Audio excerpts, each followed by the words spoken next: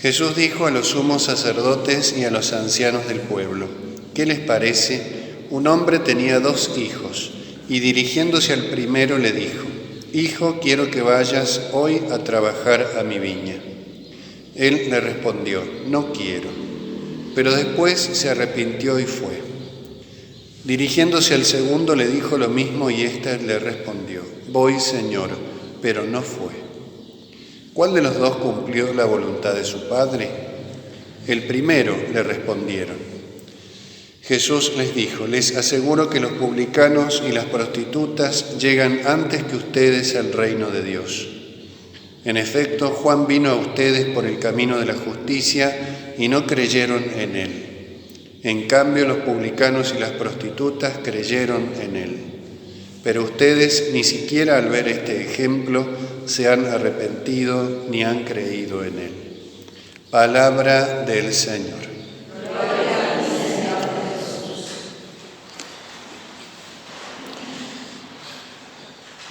En el capítulo 15, en el inicio del capítulo 15 del Evangelio de San Lucas, donde se introducen las 3 parábolas de la misericordia, la oveja perdida, la dracma perdida y el hijo pródigo, es una introducción que nos ayuda mucho a interpretar este pasaje del Evangelio de San Mateo, esta pequeña parábola que Jesucristo pronuncia.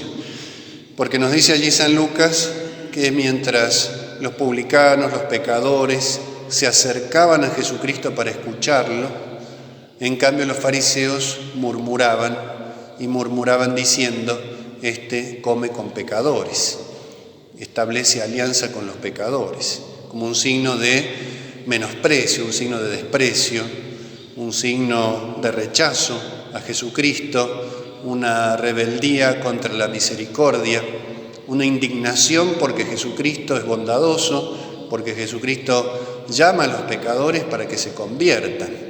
Esa comida con los pecadores que nos narra allí San Lucas y que puede haber sido frecuente en las acciones de nuestro Señor Jesucristo, es en el fondo establecer la alianza o restablecer la alianza que el pecado quebrantó.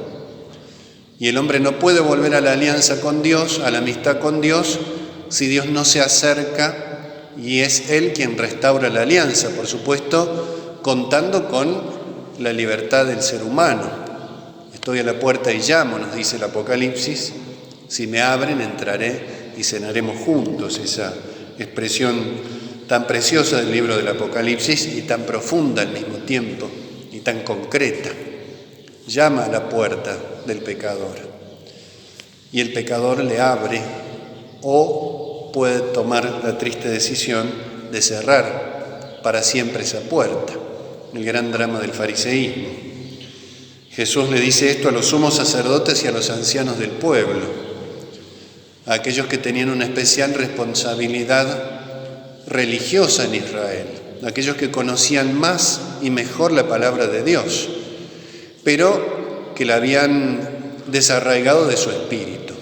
Y entonces conocían la letra de la ley, pero la interpretaban de acuerdo a sus propias convicciones, fundamentalmente de acuerdo a la soberbia que guiaba sus vidas.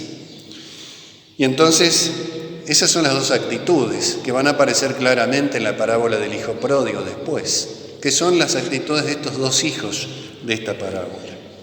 Mientras los pecadores se acercan a Cristo, y Jesús nunca alaba el pecado, eso siempre hay que tenerlo muy claro.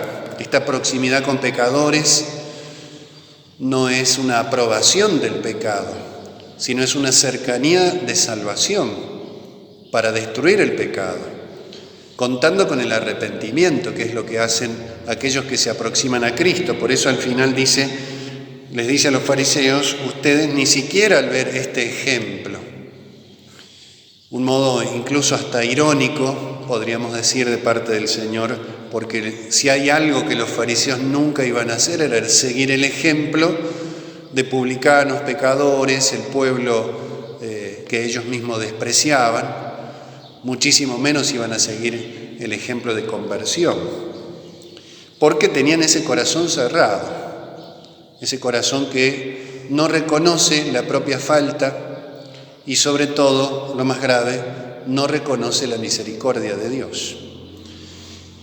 Entonces tenemos esos dos casos representados también aquí. Un hombre tenía 2 hijos, un padre, signo del Padre Celestial, y al primer hijo le pide que vaya a trabajar a su viña. Continúa esta idea de la viña del domingo pasado. Ir a trabajar a la viña significa estar unido al Hijo, estar unido a Cristo. Él es la viña.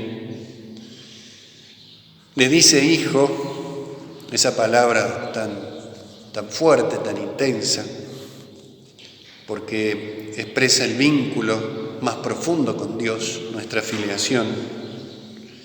Quiero que hoy vayas a trabajar a mi viña.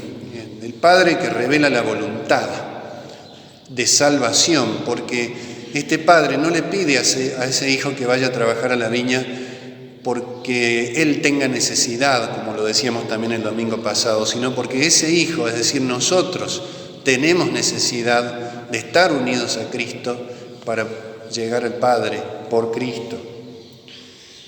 Por eso esta frase no es un mandato, a veces lo leemos, o sea, también lo es, pero hay algo más profundo que un mandato, es una gracia.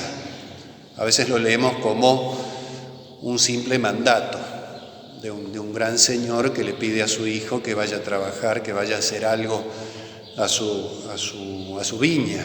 Acá hay mucho más que eso, es una gracia, es una invitación a vivir en plenitud la condición de hijo de Dios. Es una invitación a participar del reino, una invitación a salvar el alma, una invitación a vivir en este mundo para alcanzar un día la patria del cielo. Y por eso su pecado es muy grave, le dice directamente no quiero. Hay un corte entre este hijo y el padre. No quiero vivir como hijo de Dios, le está diciendo. No quiero participar de esa viña, no quiero participar de esa alianza. Esto lo podemos ver en la parábola del hijo pródigo, en el caso del menor, el que se aleja, el que se va, el que rechaza a su padre viviendo de una manera contraria con su condición de hijo. Pero ¿qué sucede con este primer hijo? Le dice no quiero, pero después viene su acto de grandeza, dice se arrepintió y fue. Cambió de dirección su vida, cambió de conducta, empezó a elegir bien, dejó obrar a Dios, le abrió la puerta a ese influjo salvador. Como sucede también con el hijo menor, que se aparta, se aleja del padre, derrocha sus bienes, no vive como debía vivir, como hijo de Dios, llega hasta lo más profundo del pecado, de la oscuridad, y en ese momento vuelve, comienza su camino de retorno. Se arrepintió y se levantó y volvió a su padre, nos dice la parábola en San Lucas. Aquí sucede de una manera mucho más sucinta, mucho más breve. Le dicen no quiero, pero después se arrepintió y fue. El pecado es grave, el pecado de este hijo, pero su arrepentimiento a la luz de la misericordia, por eso vuelve, es superior todavía. La gracia de manera sobreabundante, ¿no? Que cura, que sana el pecado. No quiero, pero después se arrepintió y fue. En cambio el segundo dice, voy Señor, pero no fue. Si bien el pecado del primero es muy grave, el arrepentimiento y la gracia de Dios cura esa maldad, cura ese pecado. En cambio en el segundo parece no suceder eso. Hay una voluntad de ir, o al menos una expresión de ir. Voy Señor, pero no fue. Este es el caso de los fariseos. El primer caso es de los pecadores a los cuales Cristo se dirigía. Pecadores como todos nosotros. Pecar es decirle no quiero a Dios. Arrepentirle es cambiar esa voluntad y decir sí quiero al Señor. Por eso Jesús no alaba el pecado, por supuesto, pero sí alaba el arrepentimiento del pecador, que en el fondo es obra suya, contando por supuesto con la respuesta del corazón del hombre. En cambio en el segundo caso sucede algo mucho más dramático, porque parece establecerse en esa voluntad contraria al Padre Celestial. Voy, Señor. El fariseísmo hace esto. Cumplían aparentemente la ley, externamente la ley. Le decían sí a Dios con un cumplimiento falso de la ley, con un ejercicio del culto vaciado de sentido, con una apariencia de justicia o de administración de justicia. Fíjense que se trata acá del Sanedrín, que administraba justicia, que eran codiciosos, pero lo hacían todo con una apariencia de bien, de tal forma que el pueblo en general no advertía lo que estaba de fondo. Y Jesucristo pone de manifiesto lo que está de fondo en aquellos hombres tan perversos. Dicen sí de los labios para afuera, como lo profetizaba también Isaías. Un pueblo que me honra con los labios, pero su corazón está lejos de mí. Entonces parece cumplimiento, parece amor a Dios, parece religiosidad, parece justicia. Eso hace el fariseísmo como una cáscara, como un recubrimiento. Jesús los va a denunciar muchas veces de maneras muy distintas y muy insistentes para llegar a la médula misma de ese problema, para poner en evidencia el mal. Así todo, muchos no quisieron convertirse y van a terminar cometiendo el pecado más grave, que es dar muerte a Cristo.